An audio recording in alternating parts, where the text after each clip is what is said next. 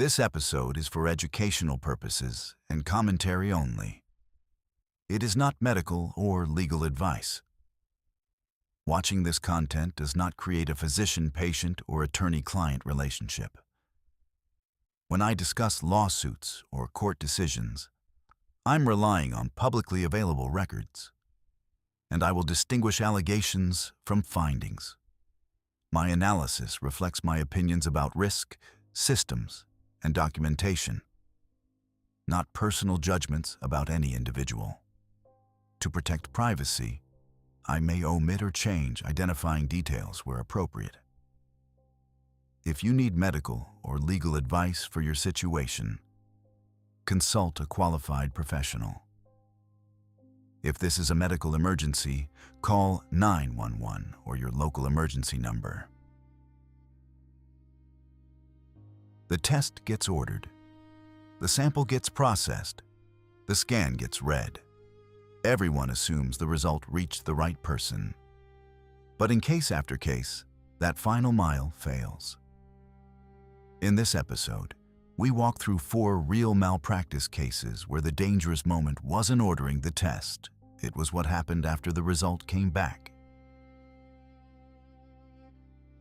Different states, different specialties, same pattern. Abnormal information existed, but communication and ownership broke down. A middle-aged man notices a growth on the back of his neck. He dismisses it at first. After a few months, it has grown. He sees his doctor, who reassures him but refers him to a surgeon to remove it. The patient meets the surgeon. They agree to remove the growth, and surgery is scheduled. In early 2000, the patient undergoes surgery to remove a large tumor from his neck. The preliminary pathology report sounds reassuring. Benign. Then the final pathology report arrives a few weeks later and changes the story. According to court records, the final report indicates the tumor is malignant and recommends close follow-up with his doctor to discuss next steps. And this is where the thread thins. The patient later says he was never told about that final malignant finding. Life moves forward. Years pass. Then a recurrence triggers a records request. That is when he says he first learns what the final pathology had shown all along. Picture that moment as a patient, believing one version of your diagnosis for years, then reading a report that suggests a very different risk. He files suit later that year, but the State Court of Appeals affirms dismissal under the state's medical malpractice statute of repose, a hard deadline that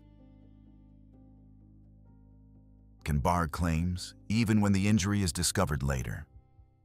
These deadlines vary by state and may include both a statute of limitations and a statute of repose. It's not clear whether learning the final pathology earlier would have changed the treatment plan.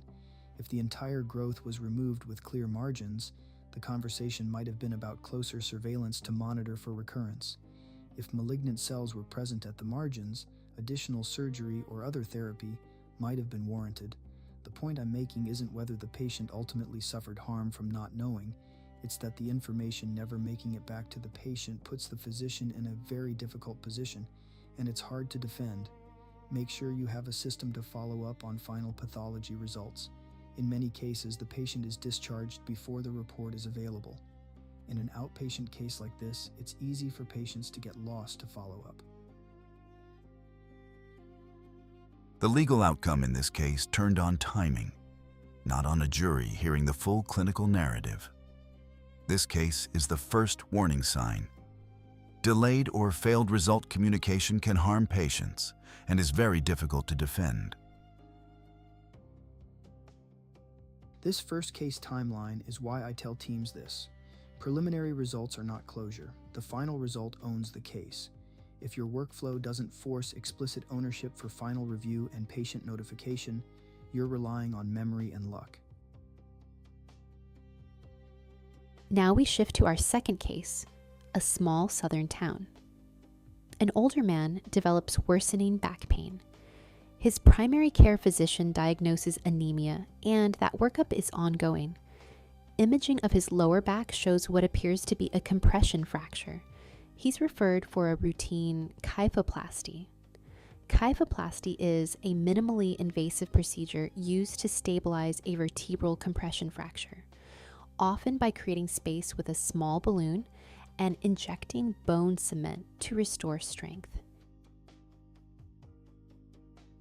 The final biopsy report was alleged to show plasma cells consistent with multiple myeloma. The report is generated, routed, received, somewhere in the system.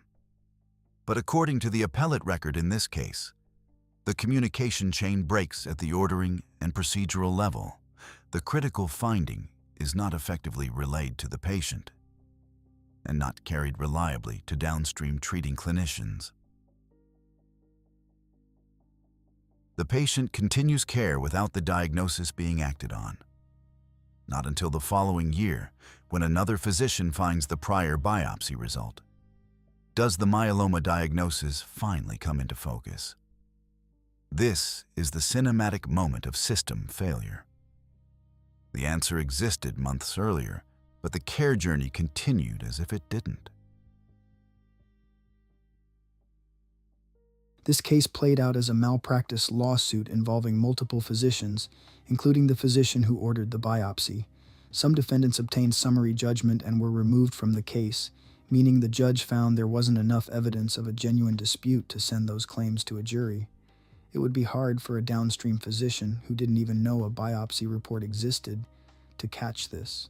But the physician who ordered the biopsy was not so lucky. Even if the patient was far removed from their kyphoplasty care later, that physician could still be seen as responsible for the abnormal results sitting in the record, waiting to be discovered. I don't know whether the referring physician was involved in this case, but I'd suspect it could also be difficult for a referrer to obtain summary judgment if their referral generated critical information that was never followed through. On appeal, outcomes differed by defendant. Some claims ended at summary judgment, while others, especially those tied to ordering and procedural roles, raised triable issues of negligence and causation. Translation.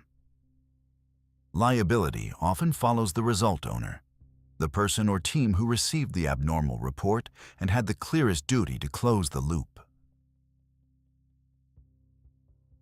And now to Chicago for our third case.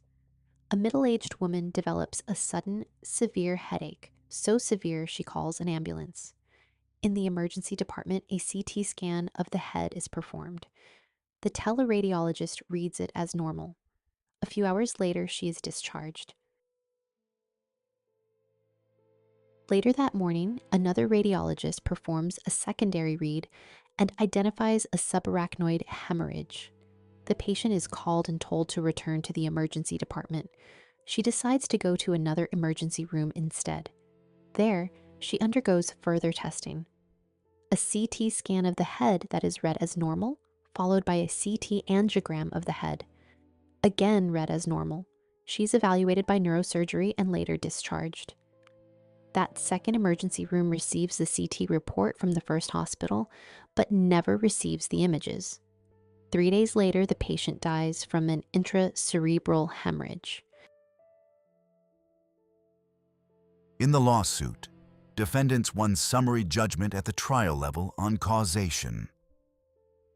But the Illinois Appellate Court reversed and remanded, holding that factual questions remained, including whether the missed initial read and failure to transmit the actual images contributed to the outcome.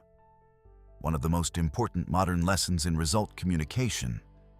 Sending words without the underlying data can still be a dangerous failure.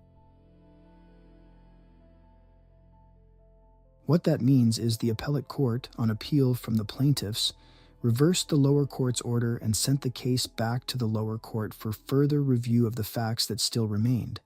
Whether the missed initial read and failure to transmit the actual images contributed to the outcome, we don't know the final outcome of this case at this time. This is a devastating outcome for the patient and her family. On paper, the second hospital appears to have done a thorough workup. The question is whether seeing the actual images from the initial CT, later read as showing subarachnoid hemorrhage, would have led to a more aggressive evaluation.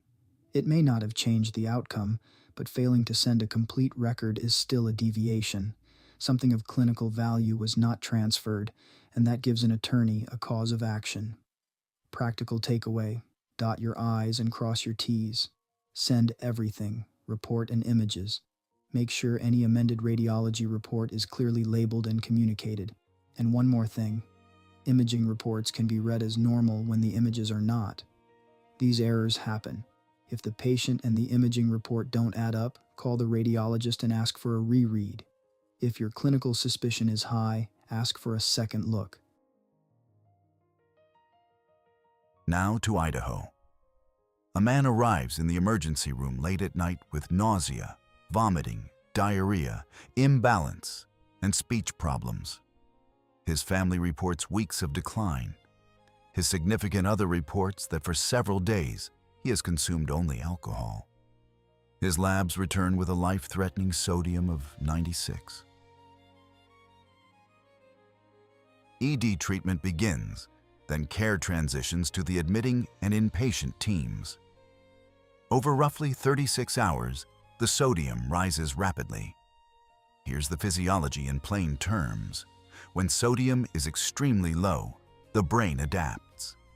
If sodium rises too quickly, cells can't recalibrate in time, and the result can be osmotic demyelination, classically central pontine myelinolysis.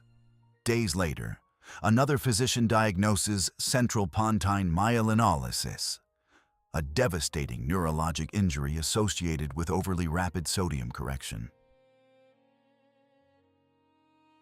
The legal outcomes split. Summary judgment for the ER physician was affirmed on causation. But the Idaho Supreme Court allowed a negligent credentialing theory against the hospital to proceed. So even when one clinician claim narrows, institutional exposure can remain if systems around staffing, supervision, and high-risk management are vulnerable.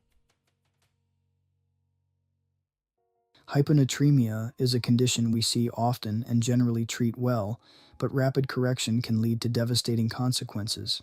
If you don't know the cause of the hyponatremia, you're more likely to overcorrect.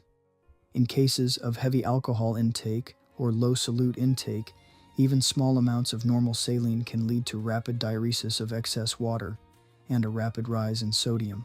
You can give free water to slow or even partially reverse overcorrection. But the key is knowing why the patient is hyponatremic and what to watch for during correction so the level isn't rising too fast. This is generally a very difficult case to defend if a malpractice claim is made. The attending physician in this case settled out of court. The plaintiff's appeal of other rulings illustrates how courts analyze causation and procedural posture, and next episode, I'll break that down in more detail. Across these 4 stories, the failures cluster in predictable places. 1. Ownership ambiguity. Everyone assumes someone else made the call. 2. Transition loss. Handoffs and transfers strip context. 3. Weak closure. Sent is mistaken for received, understood, and acted on. 4. Legal timing and causation complexity. Harm may be obvious, but liability still depends on proof and procedure. We'll unpack this in a separate episode. If your team can't show me in the chart who owned the result when it was acknowledged, what action was taken, and when the patient was informed, you don't have a closed loop. You have hope, and hope is not a risk control strategy. In our next episode, we'll do a deep dive into Case 4 from today. We'll review how a court reaches conclusions on causation and procedural posture. Thanks for joining us. See you next time. This content is educational, not medical or legal advice. and it doesn't create a professional relationship. Sources are listed when available. For personal guidance, consult your own clinician or attorney. This is The Charted Defense. Subscribe and share this with your friends and colleagues. This is my first time podcasting. I am a physician practicing as a hospitalist with a passion for patient safety, risk management, and protecting the physicians that provide care. I hope you enjoy the content. Reach out to me with any questions or with suggestions. Thanks again.